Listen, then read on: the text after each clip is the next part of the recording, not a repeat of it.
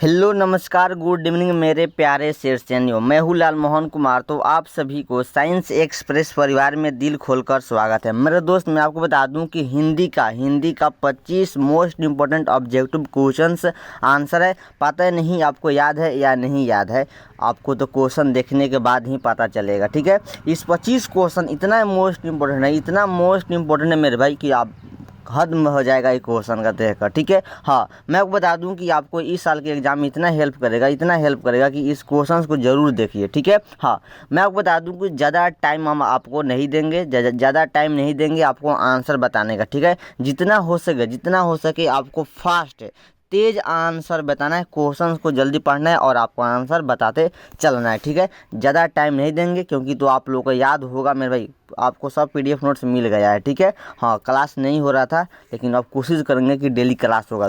ठीक है, कुछ सॉरी, इसलिए थोड़ा काम था मेरे भाई। चलिए ठीक है, देखिए पहला प्रश्न आपको सामने देखिए मेरे भाई। पहला प्रश्न है, करतार सिंह सराभा की फांसी कब हुई थी? देखिए 62 043 से 17 8 72 व्हाट्सएप ग्रुप में ज्वाइन होने के लिए मैसेज करेंगे, कॉल मत कीजिएगा। ठीक है, बताइए यहाँ पे करतार सिंह सराभा की फांसी कब हुई थी। देखिए यहाँ पे डायरेक्ट हम लोग क्वेश्चंस को पढ़ेंगे और हम डायरेक्ट आपको यहाँ पे आंसर बताएंगे, यानी हम लोग फास्ट करेंगे और आप लोग भी आंसर बताना है। ठीक है, बहुत कुछ डी आ गया, एकदम डी ही राइट ऑप्शन हो जाएगा। ठीक है, 16 नवंबर 1915 को करतार सिंह सराभा जी की फांसी हो गई थी। ठीक है, राइट ऑप्शन यहाँ पे क्या बन जाएगा? डी बन जाएगा। ठीक है, हम फास्ट करेंगे, आप लोग भी फास्ट आंसर आपको बताते चलना है। ठीक है, देखिए आपके सामने सेकंड प्रश्न है, नहीं उसे आना है तो मेरी कक्षा में आए, मैं लगाम पकड़ने नहीं जाऊंगा, यह कथन किसका है? यह कथन किसका, यह बात किसने बोला था? नहीं उसे आना है तो मेरी कक्षा में आए, मैं लगाम पकड़ने नहीं जाऊंगा, यह कथन किसका है? तो मेरे भाई पुंडलिक जी का है। किसका कथन है?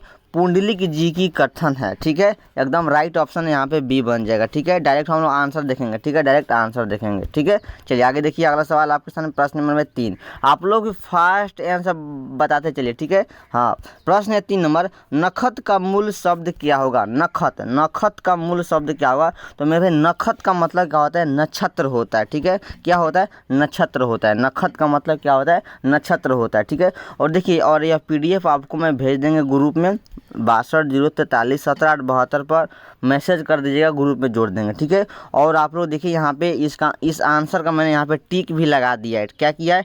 टिक भी लगा दिया है, क्योंकि आपको याद करना रहता है। ठीक है, तो आंसर टिक लगा दिए हैं, इसलिए आपको पीडीएफ मिलेगा तब ना आप आंसर याद करेंगे। और आप यहाँ फटाफट से रिवीजन कीजिए, इसको याद कीजिए। ठीक है, आगे देखिए चौथा प्रश्न आपके सामने, निम्न में कौन कवि अष्टछाप के नहीं है? आपसे यहाँ पे पूछा नहीं है अष्टछाप में, इस वर्ड पर ध्यान दीजिए। अष्टछाप के कवि कौन नहीं है? तो आपका तुलसीदास जी आपका अष्टछाप के कवि नहीं है। कौन नहीं है? अष्टछाप के कवि नहीं है। अगर आपसे पूछे कि अष्टछाप के कवि कौन है, यहाँ पे क्या है? नहीं है। और अगर पूछे कौन है तो नंददास जी, छित स्वामी जी, चतुर्भुज दास जी, ये सभी दास जी अष्टछाप के कवि थे, लेकिन तुलसीदास जी आपका नहीं थे मेरे भाई। राइट ऑप्शन डी बन जाएगा। ठीक है, देखिए अगला प्रश्न की 5 है, रामायण में श्री राम को क्या बताया है? बताइए, रामायण में श्री राम को क्या बताया है? तो मेरे भाई रामायण में श्री राम जी को मानव का रूप बताया गया है। क्या बताया गया है? मानव का रूप बताया गया है। राइट ऑप्शन बी बनेगा। देखिए हम फास्ट करेंगे, क्वेश्चंस पढ़ेंगे, डायरेक्ट आंसर देखेंगे, आप लोग भी देखते चलिए। ठीक है, हाँ, छठा प्रश्न है, सीलदार शब्द का अर्थ होता है? बताइए यहाँ पे सीलदार शब्द का अर्थ होता है, तो सीलदार शब्द का अर्थ क्या होता है?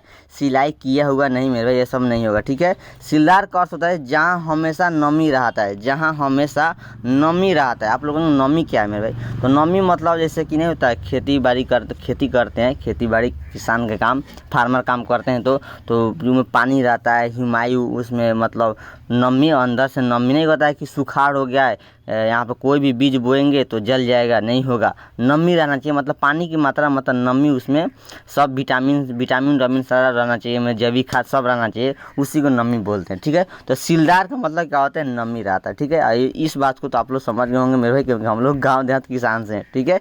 चलिए 7वां प्रश्न देखिए, सुभद्रा कुमारी चौहान को किस पार्टी का एमएलए चुना गया था। मोस्ट इंपोर्टेंट प्रश्न है मेरे भाई आपके इस क्वेश्चन का, यह क्वेश्चन, ठीक है। सुभद्रा कुमारी चौहान किस पार्टी का एमएलए चुना गया था। और मैं आपको बता दूं कि सुभद्रा कुमारी चौहान किस कविता के कवि हैं, तो पुत्र वियोग कविता के कवि कौन है, सुभद्रा कुमारी चौहान जी। पुत्र वियोग कविता की कवित्री कौन है, सुभद्रा कुमारी चौहान जी हैं। और सुभद्रा कुमारी चौहान जी को कांग्रेस पार्टी का एमएलए चुना गया था। किस पार्टी का, कांग्रेस पार्टी का एमएलए चुना गया था सुभद्रा कुमारी चौहान जी को, ठीक है, याद रखिएगा। और याद रखिएगा अभी सुभद्रा कुमारी चौहान जी का मैं आपको बता दूं, यहाँ पे सुभद्रा कुमारी चौहान जी का जन्म कब हुआ था, 1904 में। बहुत ही बार पूछा गया है, 1904 में सुभद्रा कुमारी चौहान जी का जन्म हुआ था, ठीक है। 8वां प्रश्न देखिए, 8वां प्रश्न है, महाबाहु में कौन सा उपसर्ग है। मेरे भाई महाबाहु में आपसे क्या पूछा, उपसर्ग पूछा, एक आपसे प्रत्यय भी पूछा है। क्या पूछता है, प्रत्यय भी पूछा जाता है और उपसर्ग पूछा जाता है, ठीक है। तो महाबाहु में जब भी आपको उपसर्ग प्रत्यय पूछे, तो जिस शब्द को पूछे उस शब्द को 2 खंड में आपको संधि विच्छेद करना है, मतलब 2 खंड में तोड़ देना है। तो तोड़ेंगे तो क्या होगा, महाजोड़ बाहु, क्या होगा, महाजोड़ बाहु, क्या होगा, महाजोड़ बाहु कह सकते हैं, बाहु नहीं बाहु, ठीक है। तो बाहु आपका प्रत्यय हो जाएगा और महा आपका उपसर्ग हो जाएगा। पहला वाला आपका उपसर्ग होता है, बाद वाला प्रत्यय कहलाता है, ठीक है। पहला जो होता है ना संधि विच्छेद करने पर, तोड़ने पर, तो महा होगा, महा क्या होगा, उपसर्ग होगा। आप समझ गए, राइट ऑप्शन बी होगा। आगे देखिए, गांव का घर किस कविता संग्रह से ली गई है। गांव का घर किस कविता संग्रह से ली गई है, बहुत ही शानदार एवं मोस्ट इंपोर्टेंट है। तो मेरे भाई सन से आत्मा से, यह प्रश्न कई बार पूछा गया, हर साल पूछता है, मानिए इसको, बहुत ही शानदार है, सभी के सभी मोस्ट इंपोर्टेंट है। वीडियो को लास्ट तक देखना, नहीं तो बहुत लोग बीच में छोड़कर चले जाते हैं। तो भाई छोड़कर बीच में जाएंगे तो आप समझिए, हम लोगों को तो गाइडेंस कर देना है, हम लोगों को तो बता देना है, तो पढ़ना तो आप लोगों को करना है, ठीक है। चलिए यहाँ पे क्या होगा, सन से आत्मा होगा। कहाँ से लिया गया, गांव का घर सन से आत्मा से लिया गया, एकदम यहाँ पे ए बन जाएगा, ठीक है। देखिए 10, क्योंकि हम फास्ट करेंगे, जितना हो सके आप लोग आंसर फास्ट बताइए, हम भी फास्ट करेंगे। एक पतंग अनंत में किसकी रचना है, बताइए मेरे भाई, तो किसकी रचना है, तो अशोक वाजपेयी जी की रचना है। किनकी है, अशोक वाजपेयी जी की रचना है, एक पतंग अनंत में, क्या होगा, अशोक वाजपेयी होगा। देखिए यहाँ पे अनंत, एक पतंग अनंत, अ से अनंत यानी अ से अशोक, बस कुछ लॉजिक से याद रखिए कोई भी क्वेश्चन, ठीक है। 10 हो गया, इधर 11 से मिलेगा, घबराइए मत, ठीक है। देखिए आपके सामने आ गया 11 नंबर, थोड़ा जूम आउट कर देते हैं, जूम इन, ठीक है। 11 प्रश्न आपके सामने में, कंकाल किस प्रकार की रचना है। कंकाल किस प्रकार की रचना है मेरे भाई, तो कंकाल आपका उपन्यास है। क्या है, उपन्यास है, कहानी नहीं है, नाटक नहीं है। कंकाल आपका उपन्यास है। कौन सी रचना है, उपन्यास है। देखिए यहाँ पे पूछा जाता है, जैसे कि बातचीत, उसने कहा था, ये सब आपका कौन सी विद्या की रचना है, कौन सी विद्या की रचना है, कहानी है कि निबंध है, ये सब मैंने एक ट्रिक से वीडियो याद करा दी है। सर्च कीजिएगा यूट्यूब पर, कौन सी विद्या किया है, साइंस एक्सप्रेस या लालमोहन से लगाएंगे, आराम से आपका वह वीडियो आ जाएगा, ठीक है। या चैनल पर जाएंगे, वहाँ पे आपको मिल जाएगा, ठीक है। देखिए 12 प्रश्न है यहाँ पे, शिवा बावनी। देखिए यहाँ पे शिवा बावनी में कितने मुक्तक है, बहुत ही मोस्ट इंपॉर्टेंट है, और क्वेश्चंस में ही आपका आंसर छुपा हुआ है। शिवा बावनी में कितने मुक्तक है। आप कहेंगे कि भाई 10 याद रखे कि 52 याद रखे कि 25 की 13, तो 52 याद रखना है। क्या याद रखना है, 52। और कैसे 52 याद रखेंगे, देखिए यहाँ पे शिवा बावनी, इसको पढ़िए, क्या लिखा है, बावनी यानी 52, क्या होगा, बावनी यानी 52। शिवा बावनी में कितने मुक्तक, 52। बहुत ही लॉजिक है, इसको याद करना। इसी तरह के लॉजिक से मैं आपको क्वेश्चंस को याद कराएंगे, तो आप लोग चिंता मत कीजिए, हमसे जुड़िए, ठीक है। अच्छा लगा अभी वीडियो को लाइक कर दीजिए, देखिए आप लोग लाइक करेंगे तभी तो हम लोग उत्साह होते हैं, ठीक है। अभी फटाक से लाइक कर दीजिए वीडियो को, ठीक। देखिए 13 प्रश्न है, छपे किससे संकलित है, ठीक है। किससे संकलित है मेरे भाई? तो भक्तमाल से संकलित है। भक्तमाल, भक्तमाल का रचयिता कौन है? भक्तमाल का रचयिता कौन है? मोस्ट इंपोर्टेंट है। भक्तमाल के रचयिता कौन है, इसको आपको कमेंट में बताना है, ठीक है। देखिए भक्तमाल के रचयिता कौन है, इसका आंसर आपको चैट और कमेंट में बताना है, ठीक है। जो अभी लाइव क्लास नहीं करेंगे, बाद में करेंगे रिकॉर्ड, उनको बताना है, ठीक है। उनको जरूर बताना है, और करें अभी जो चैट में बता देंगे या कमेंट में बता देंगे, ठीक है। छपे किससे संकलित है? तो यहाँ पे भक्तमाल हो जाएगा, राइट ऑप्शन ये बन जाएगा, ठीक है। भक्तमाल का रचयिता कौन है और छपे का रचयिता कौन है? छपे का रचयिता कौन है, ये तो याद ही होगा आप लोगों का, ठीक है। कविता पाठ का है, ठीक है। आगे बढ़िए, अगला प्रश्न देखिए, आपका प्रश्न 14 प्रश्न है। भक्तमाल की रचना किस भाषा में हुई है? भक्तमाल की रचना किस भाषा में हुई है? देखिए यहाँ पे पूछा था भक्तमाल का रचयिता कौन है, कमेंट में बताना है। और यहाँ पे आपसे पूछा जो कि बहुत ही शानदार प्रश्न है, भक्तमाल की रचना किस भाषा में? तो मेरे भाई ब्रज भाषा में। किस भाषा में? ब्रज भाषा में, एकदम राइट ऑप्शन यहाँ पे बी बन जाएगा। फास्ट करेंगे। देखिए 15, नामवर सिंह का, oh my God, Namvar Singh का जन्म कहाँ हुआ था? नामवर सिंह जी का जन्म कहाँ हुआ था? तो मेरे भाई वाराणसी में हुआ था। कहाँ हुआ था? वाराणसी में हुआ था। राइट ऑप्शन आपका क्या बन जाएगा? ए बन जाएगा। क्या बनेगा? ए बन जाएगा, वाराणसी, ठीक है। हाँ आगे बढ़े, चलिए देखिए 16 प्रश्न आपके सामने में। अध शब्द का विलोम क्या होगा? अध शब्द का विलोम, विलोम का मतलब क्या होता है? उल्टा होता है। तो अध शब्द का विलोम क्या होगा? ऊपरी होगा। क्या होगा? ऊपरी होगा, ठीक है, ऊपरी होगा, ठीक है। देखिए अध मतलब क्या होगा मेरे भाई? हाँ, अध शब्द का ऊपरी होगा, ठीक है। हाँ याद रखिएगा, अध मतलब आधा समझ सकते हैं, आधा, और ऊपर मतलब ज़्यादा। अर्ध मतलब आधा, और ऊपर का मतलब क्या होगा? ज़्यादा, ज़्यादा। यहाँ पे आधा जो होगा ज़्यादा होता है, ठीक है, ऐसा समझ सकते हैं। तो अर्ध क्या होगा? ऊपरी हो जाएगा, ठीक है। हाँ आगे देखिए 17, देखिए चांद शब्द का प्रकृति है, चांद शब्द की प्रकृति है, क्या होगा? तद्भव। प्रकृति मतलब आपसे पूछा कि यह कौन सा शब्द है, तो तद्भव शब्द है मेरे भाई। चांद आपका तद्भव शब्द है, ठीक है। हाँ तद्भव शब्द याद रखिएगा, ठीक है। चलिए देशज में आज समझ सकते हैं, लोटा छिपा देशज में, ठीक है। देखिए 18 प्रश्न, लौह शब्द का प्रकृति क्या है? मतलब लौह शब्द आपका कौन सा शब्द है? तो लौह आपका तत्सम शब्द है। क्या मेरे भाई? लौह का मतलब क्या होता है? लौह का मतलब लोहा होता है। क्या होता है? लोहा होता है। तो लौह आपका तत्सम शब्द है। ये इंपॉर्टेंट नहीं है, लेकिन याद रखिए यहाँ से प्रश्न जरूर पूछता है।